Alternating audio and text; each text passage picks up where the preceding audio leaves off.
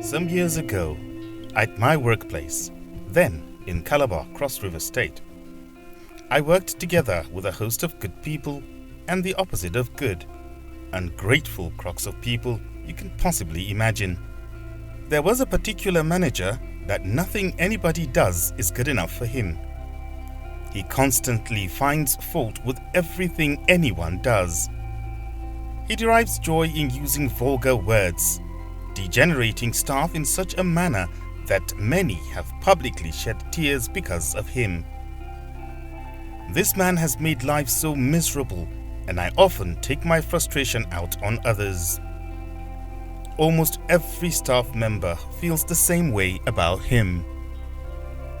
Years after we parted ways, I realized that he was one of the best things that happened to me in this life. Reason being that his negativity has aided me in discovering deep fundamental truth that have a universal application in life. Natural laws that governs human growth and happiness. They apply to individuals, marriages, to families, to organizations of any kind. When these truths are internalized into habits, they empower people to create a wide variety of practices to deal with different situations. Using resourcefulness and initiative, I went inside myself and began to ask, do I have the power to choose how I felt? I eventually realized that I do have that power to swallow those bitter pills. Now, I no longer disagree with Eleanor Roosevelt's statement that said, "No one can hurt you without your consent." Consciously or by default, we often choose our own emotional life of being miserable. And then we blame everything and everyone, playing victimhood, exonerating ourselves.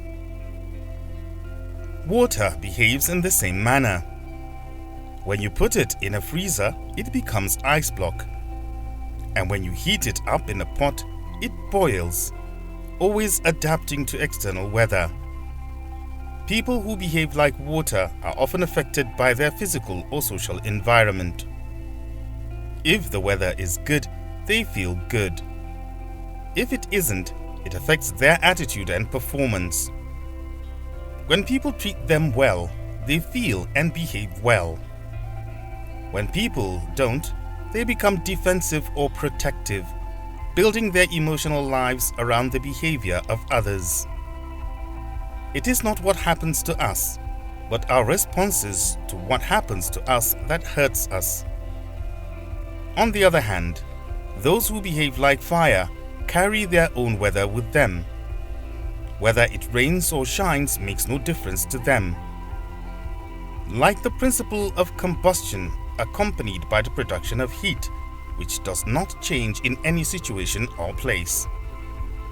Also, a principled centered living is value-driven whether the weather is conducive to it or not. The ability to subordinate an impulse to a correct principle is a great accomplishment that brings peace and tranquility to the mind. Normally, things can hurt us physically or economically and can cause sorrow. But our character, our basic identity, does not have to be hurt at all. In the words of Mahatma Gandhi, they cannot take away our self-respect if we do not give them. Hidden in our most difficult experiences lies the crucibles that forge our character. Viktor Frankl suggests that there are three central values in life: the experiential, that which happens to us; the creative, that which we bring into existence; and the attitudinal, our response in difficult circumstances. The highest of the three values is attitudinal, how we respond to what we experience in life. Our behavior is a function of our decisions, not our conditions. Elizabeth Kenny, an Australian Army nurse, said, "He who angers you controls you."